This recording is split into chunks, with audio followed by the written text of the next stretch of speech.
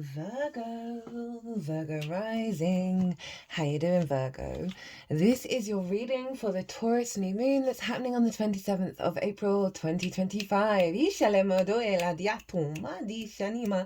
My name's Chloe. I work with card divination, astrology, and as you just heard, and as you can see, I channel multi-dimensional energies through my body, both in the form of physical and vocal light language. All of this brings in healing, attunement, and activation codes to the messages that want to come through for you today, my lovely Virgos.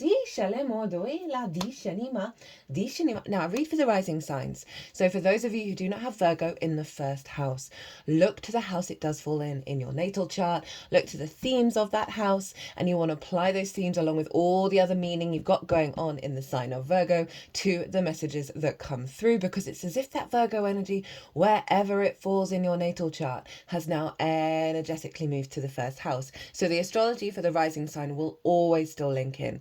You've just got to add on your own natal chart meaning on top of it. For example, I've got Virgo in the second house and my sun is there. So to apply all of that to what comes through in this reading.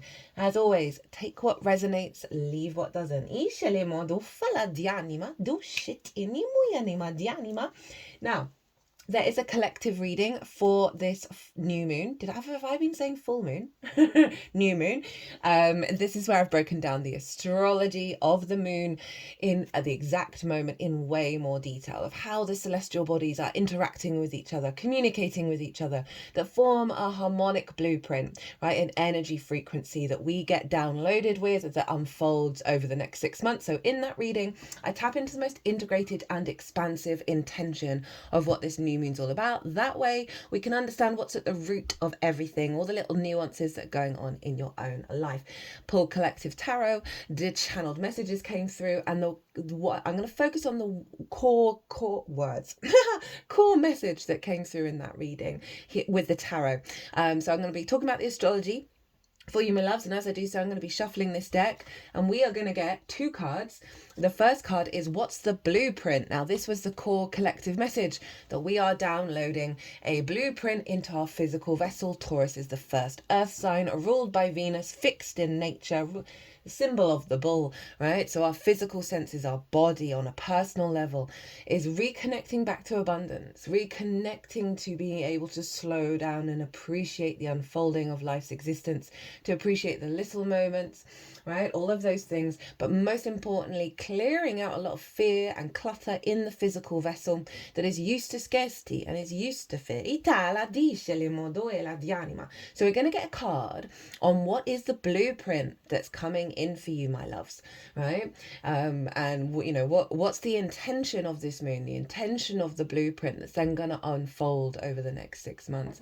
Now, regulars, you know, I've been talking about, it's a year 9, it's the year of the wood snake. The astrology this year and next year, thousands of years, no one's seen it. If at all. The work we do this year on soul retrieval, and when I say soul retrieval, I mean clearing and chipping away at the conditioning to get back to the truth of ourselves, right? The work we do this year is so profoundly worth it for our whole incarnation, for humanity, for our species, for the earth, but it does involve some challenges, and it does involve a lot of really hardcore species conditioning to come to the surface on an individual level as well as on the collective. We're seeing that very loud and proud right now. And this blueprint is reorientating back to the stillness, to the softness, to the abundant nature of Venus, who wants us to feel good in the 3D world, who wants us to create from our life force, from our essence, from our vessel. So we're going to get a card on the blueprint, right? And with the unfolding this year of the elevation of our consciousness and the integration in our 3D reality. So which is why the Taurus energy is so significant. And we're going to get a card on how to work with that energy, right? How to amplify it, because the blueprint's happening, but we can make a conscious choice whether we are going to work with that energy or fight against it, and also how to amplify it. So we're going to get a card on how to amplify it. We'll also get the card at the bottom of the deck, which acts as the root energy of the blueprint. the anima, the anima. So my lovely Virgos, where is this happening for you? My Virgo risings, well, it's in a fellow earth sign and it's up in your 9th house of perspectives, right? How you map yourself out in the world, your morals, your ethics, your philosophies, your connection to book, religion, source, science, nature, whatever matrix or shut up. This is on the same level. This is on the same level as as Pisces. The Pisces reading was batshit in the best possible way, like wild energy. And this is, you might want to watch the Pisces energy as well. I did that this morning. My brain is imploding. What they all fell out at once. Which is what happened with Pisces. This might be because the moon's conjunct Neptune right now in Aries, so like the reveal is happening all at once, that instigating energy of Cardinal. But anyway, where was I? Holy cow. Literally. So my brain literally can't handle it. My brain is going, like on the left side of my brain, it's just going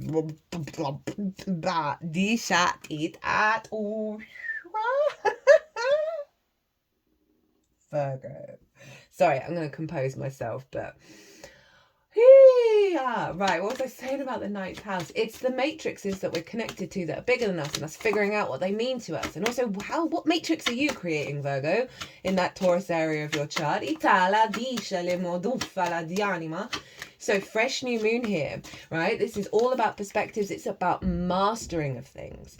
It's about sorry, I'm just thinking of your cards again in relationship to the 9th house. It's about mastering of things. It's about elevating and sharing perspectives. Now, because it's linked into teaching, and we are not here to change people's minds. That's entirely up to them, but we are here to share our perspectives. It's about going and living somewhere unfamiliar to you for a longish period of time, which is why it's often linked into foreign travel in order to what? Broaden your perspective. Okay.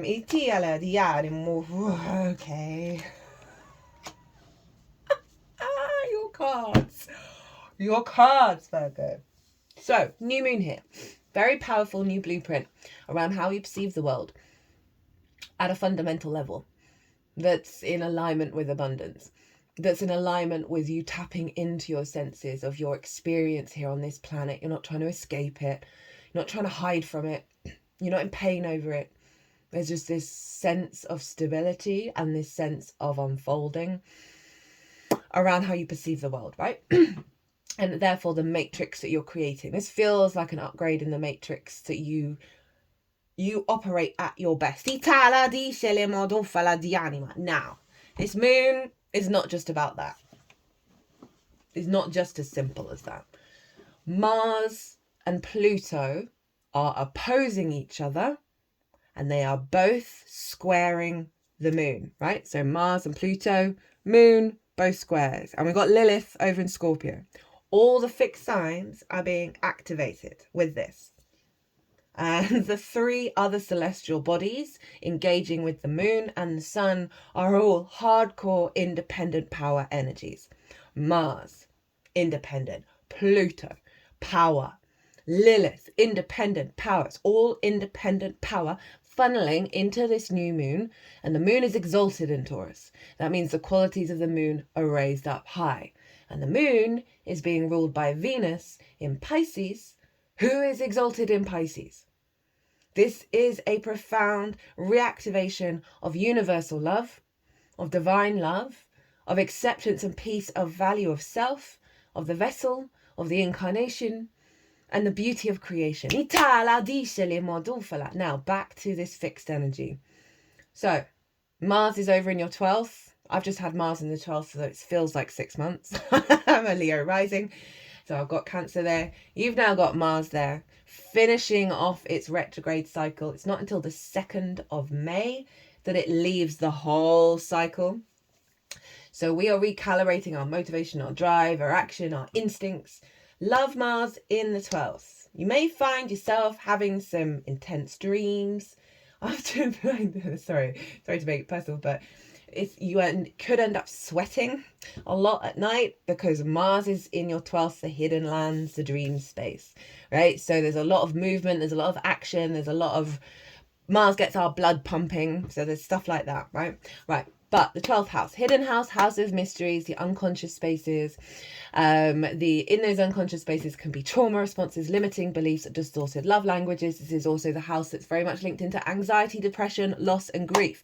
Underneath all that good stuff is the magic of your soul, and the universe is a cosmic troll for putting it there, which is why you see in so many spirituality, in so many book religions and so many spiritual modalities, the way through is in, right? The more we chip at that conditioning, chip at the programming, we get to our magic, we clear space for that magic to come through of our soul, which is us without the conditioning. So Mars moving through here is helping you work through any unconscious responses that are blocking your magic, helping you stand in your power in the unconscious realms. The protector, the activator of your power from the magic of your soul. All funneling into your perspective. So I can see with this next 6 month cycle, because I said, as I said earlier, we are going through a huge fundamental shift, and there's a lot of deep-rooted programming that's coming to the surface. I want you to trust in the process of it, as difficult as it can be when things are very overwhelming, or when you're like, I'm in alignment, what the fuck's just happened? Breathe, give yourself space, surrender, go about your day, and it will transform. But Mars being in the 12th, squaring this moon in the 9th of your perspective, right?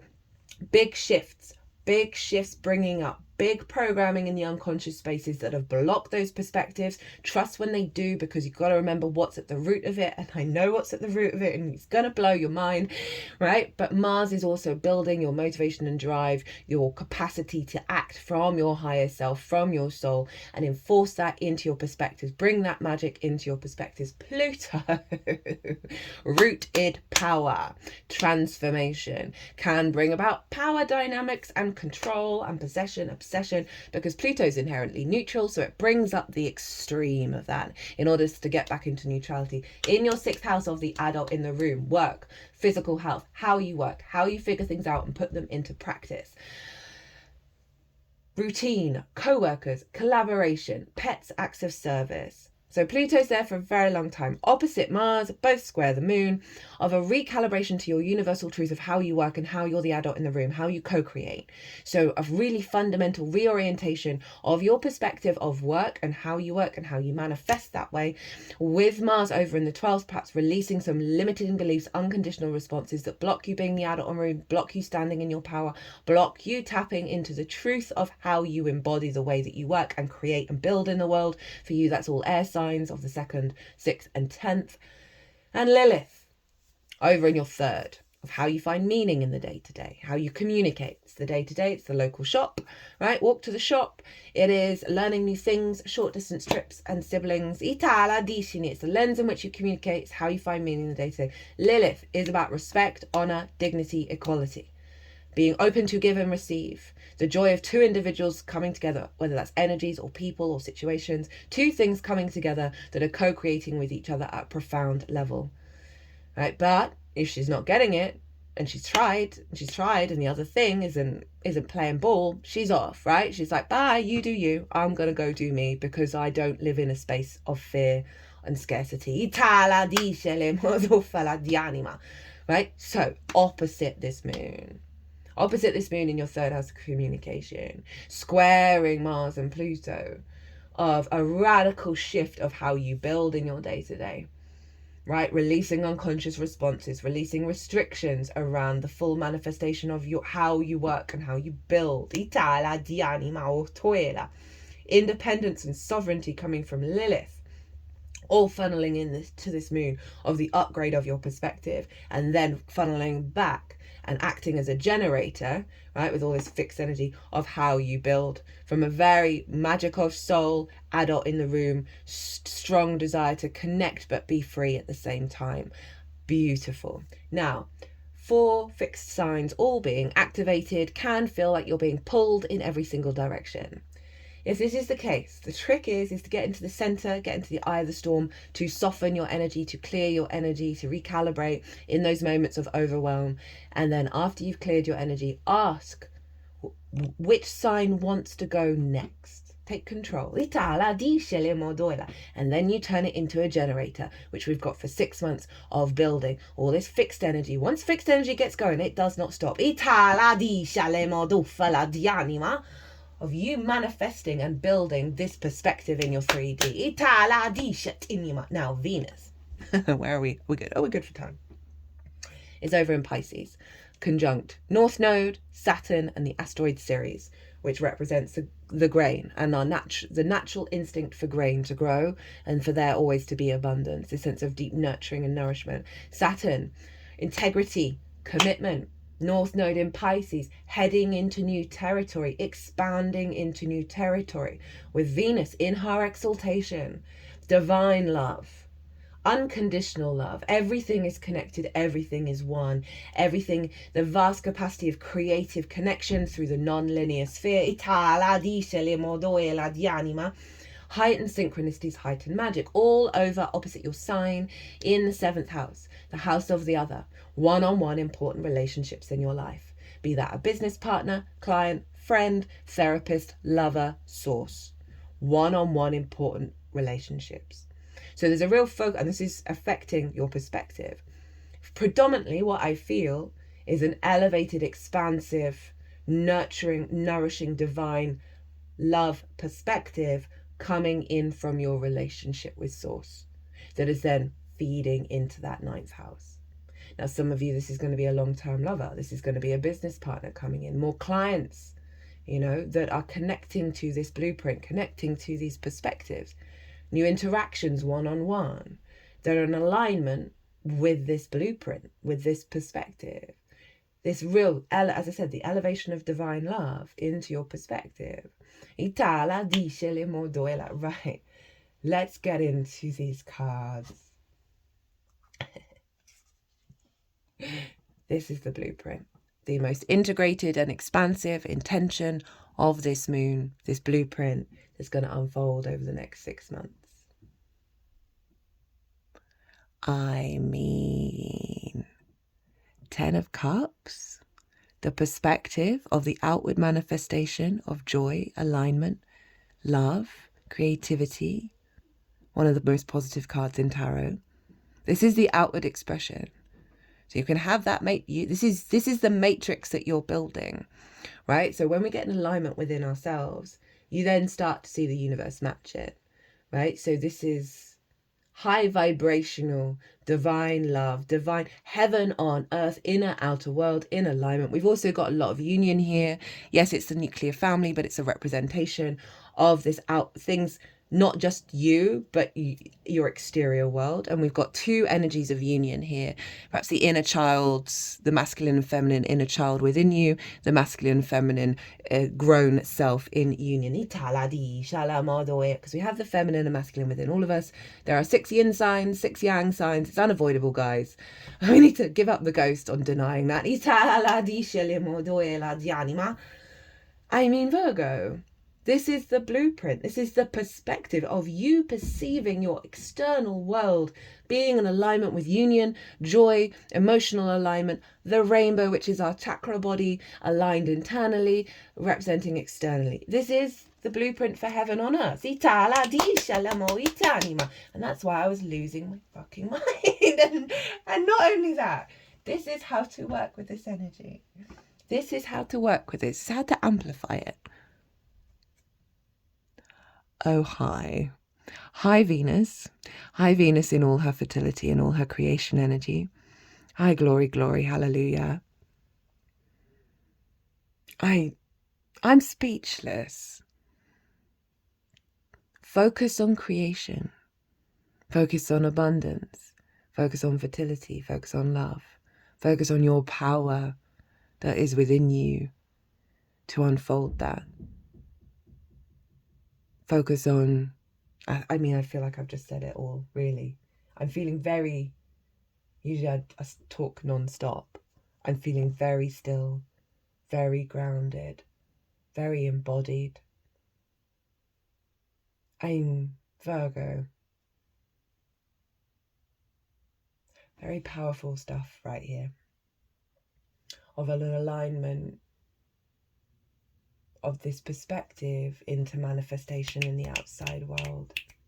And that's what you've got going on with that Mars, Pluto, Lilith energy of bringing that down into the day-to-day, bringing it down into the way that you work, into your unconscious realms, right, which then govern how we go about the world. Or just beautiful, right? What's at the bottom of the deck? As the root energy. I'd forgotten about this one. Virgo. Union, alignment, flow, abundance, joy, celebration, play, lightness of being. This is at the root of this. Such emotional, love, intuitive, creative alignment. You couldn't get, I mean, there are some other cards you could have got that would have also represented a really good 9th house transit. But given that pile up in Pisces, where Venus is, this is Source going, hey Virgo, I fucking love you. Itala di shalemo doela di anima, di anima, di anima, di anima. Yishani mautu. Yatuma. Right. Yishalemo shani.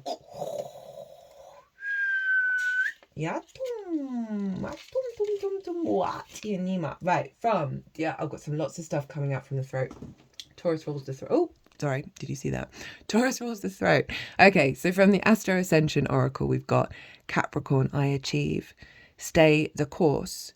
Ambitious, driven, hardworking, serious, honest, loyal, determined, responsible, workaholic, greedy, pessimistic. You've been working hard and you have come far on your path. Keep on going. Slow but steady wins the race. And in the shadow side, you're working way too hard or not at all. Either way, there's something unbalanced in your approach. There could be a need to release some attachment or pessimism for you to be able to move forward. Now, I love this deck because the shadow side really does help facilitate the integrated side, right? So often these things do show up even if we are feeling good. This is really letting you know of this is the payoff. This has led to this. Capricorn for you is also your creation energy, where Venus loves to be, right? So there's a real sense of keep focusing on cultivating your dantian, your energy field, your sacral chakra, your creation energy, right? That joy energy. Keep focusing on that. Keep going, right? Take your time though. I like how it said slow and steady wins the race, because this isn't about rushing the experience. This is about fully embracing and embodying it, and that you've got this, that your work is paying off. But also allow space for play, for the lightness of being, for the pure joy of life itself, rather than there needing to be an end goal, there needing to be the end achievement. At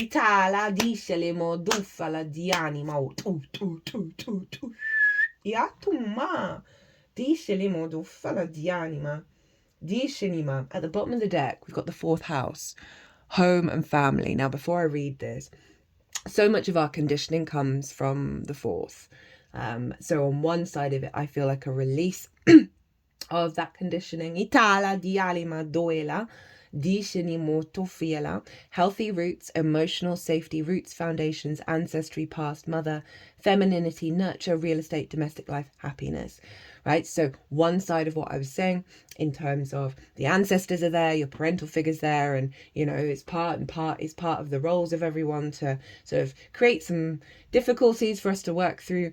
But this genuinely feels that one side is being cleared out. There may be some things that come up around that have distorted your perspective, that they're wanting you to focus on this when this does happen, as well as what you're doing is really serving your root system of how you build in the world. And that's matched with the Capricorn energy of you are building from, this feels like both how it's moving forwards, as well as what you've already been doing. You've been doing the steps to build a new foundation for this blueprint to come in at such a high vibrational frequency, Virgo.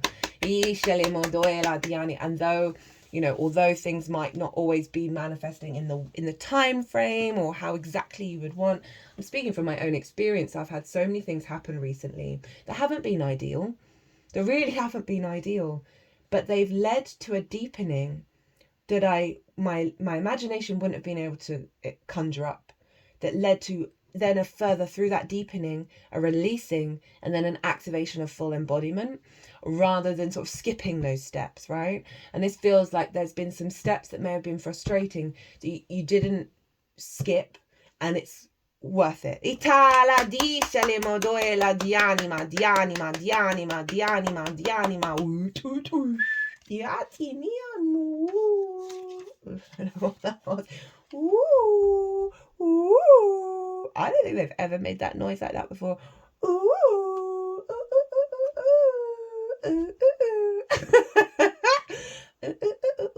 ooh. Right. Final card, final oracle card. What have we got? Horus, Cosmic Gateway. Your thoughts are magnetic and powerful. Miraculous changes are occurring. No shit, Sherlock. Ooh, Virgo. Horus is the Egyptian eagle-headed god and sun, twin flame of the goddess Isis. He is known for his foresight, psychic awareness, and ability to travel between the worlds. He can help us move into the cosmos with our mind, meditations and prayers, so that we can harness the natural magic that surrounds us. He was known for ritual magic in the past, and now he helps create pockets of energy in the world where we can access light, wisdom, and insight. If you're seeing the symbol of an eye appearing around you, know that Horus is asking you to become aware of how you are influencing the energy around you, and how in turn it is influencing you. You are connected to the universe and have the ability to manifest miraculous experiences. Your thoughts, words, and actions are like magnets drawing the energy that creates and cultivates your world. You have a stellar gateway chakra above your head, a vortex of energy that is influenced by your own energy. You can place ideas into this vortex to create what you are seeking. The universe also offers you guidance, abundance, support, and healing based on your capacity to connect to it and accept it. You have a real opportunity to further that connection now by sending prayers and intentions out into the cosmos. And that's kind of doubling down on, you know, this 7th house stuff with all this water energy, of the relationship with Source that I talked about, that is being activated here at like the top of my head is now throbbing. Right. What have we got at the bottom of the deck? Mercury, open communication, get a weight off your chest, speak up with love and be heard. Again, you might want to start to really talk to Source a lot more than you usually do, and be really open to, you know, one of the messages that came through in this reading was, this feels like the universe going, I really love you. I really love you. I want you to know that, and I love you. From Source. Now, interestingly enough, Jupiter rules Pisces, who rules Venus, who therefore rules the moon. Jupiter's in Gemini, your 10th house of life path, career, being ruled by Mercury, who is who is in Aries, right? So there's a real connection you've got going on, very psychic connection with the stuff going on in Aries right now, where you are in like direct line with Source at all times. So Mercury is fundamentally communicating and influencing this moon of activating this blueprint. So be in observer mode with your thoughts, be in observer mode with your body, with how you're feeling, and connect to your higher self, basically. Like it's so I'm now being lost for words, so I feel like it's done. I'm quite overwhelmed by this energy, not in a bad way. It's just, you know, sometimes you got to pinch yourself to see if you're real because of what's going on. That's so great. That's what I'm feeling right now. I'm feeling like, having had this energy, you might need to cocoon a little bit, to decompress, to allow your physical body to process the reality of this. Right, my lovely Virgos, I'm going to leave it there. I hope you enjoyed this reading. I hope it resonated. It was an honour and a privilege to read for you, as always. If you want a personal reading, my website is everywhere, or you can email me directly. But other than that, Virgo, be good to yourselves. Be good to those around you. Safe travels, and be well until we meet again.